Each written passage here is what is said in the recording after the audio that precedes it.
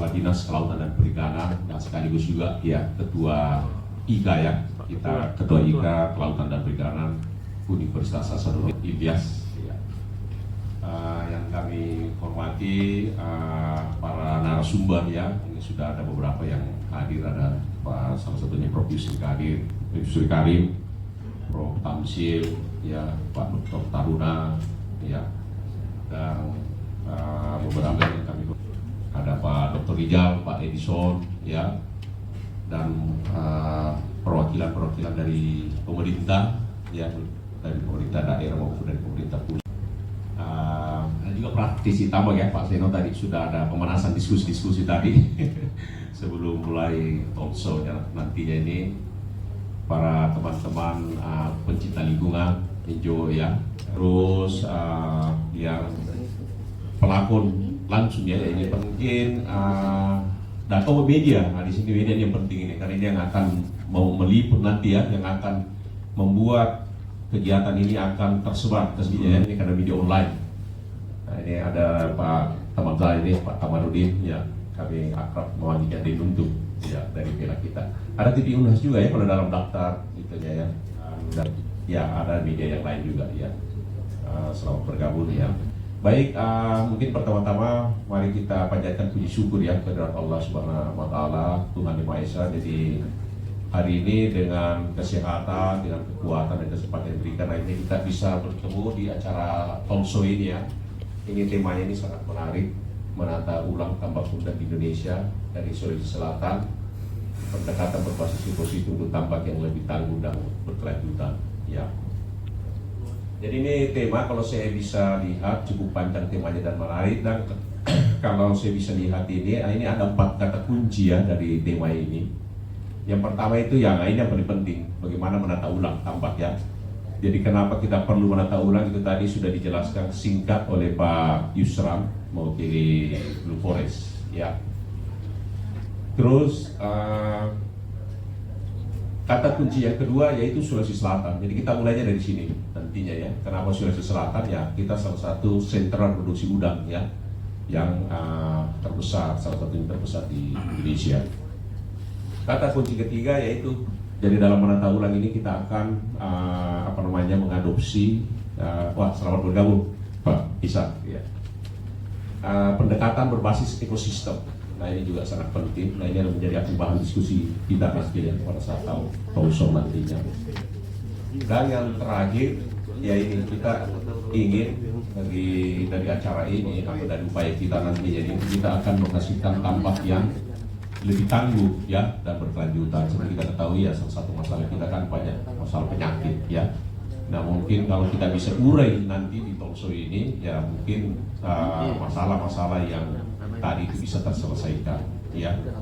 Jadi itu 4 kata kuncinya ya. Jadi nanti kita akan bahas bersama ya.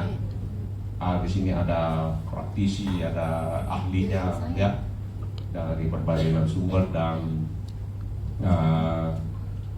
juga ada dari peneliti ya Pak Taruna di sini juga ada. Jadi semua nanti ini kita dengarkan bagaimana perspektifnya ya, pendapatnya dari berbagai pengalaman yang telah dilalui selama ini. Kami sendiri Fakultas Ilmu Kelautan dan Perikanan itu kan, kalau kita di kampus itu kan profesinya ada 3 ya, pendidikan, penelitian dan pengabdian. Jadi kami tidak lepas dari situ. Cuma memang Unhas sebagai PTNBH memang itu dituntut lebih ya. Jadi kami sebagai PTNBH itu bukan cuma sekadar riset saja, tapi sudah dituntut untuk lebih untuk menuju ke hilirisasi dan komersialisasi masalah ya, sehingga nanti ini berhubungan dengan ekonomi juga pada akhirnya. Jadi kita harapkan Unhas sendiri punya tambang, cuma ya belum berhasil juga. Nah ini jadi Unhas itu menjadikan 2 contoh ya, contoh yang berhasil, ada juga yang tidak berhasil, tapi ya namanya pembelajaran berhasil ya. Nah disinilah yang perlu kita kaji. Jadi nanti teman-teman bisa mengangkat, kenapa ini tambak Unhas ahlinya di dalam situ tapi tambaknya belum berhasil. Nah, ya. Jadi pernah saya ada acara pengabdian salah satu tambak berhasil. Ya, memang tahun saya ingat tahun 80-90 itu di situlah masa kejayaan tambak udang ya waktu itu, dengan udang window, kemudian difilter dulu di mangrove sehingga yang sampai ke tambak ke perairan itu kan menjadi berkurang. Air yang tercemar itu difilter juga oleh mangrove.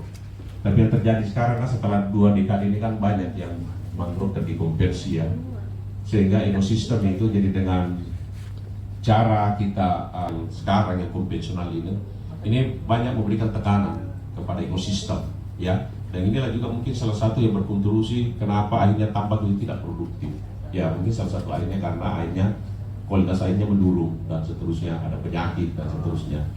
Nah inilah yang coba kita urai, coba kita selesaikan, coba kita tata. Nah salah satu yang kita lakukan itu adalah berbasis ekosistem.